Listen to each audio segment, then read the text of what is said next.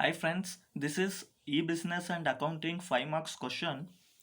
If they ask types of web portal, what you have to do for 5 marks? First you have to write the meaning of web portal. That is, the web portal are designed for the entities to access the web location of a specific domain or website address. So first you have to write 2 lines of meaning of web portal. Okay, after that, you have to write about the types of web portal. For example, here vertical portal, horizontal portal. After that, it is knowledge portal.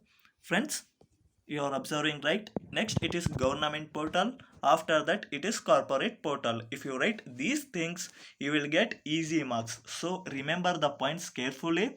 Vertical portal, knowledge portal, horizontal portal, here it is knowledge portal. Okay, after that government portal, after that corporate portal. Again I am showing the detailed video, you just pause the video and copy the notes here. Okay, so knowledge portal, corporate portal, please subscribe to the channel.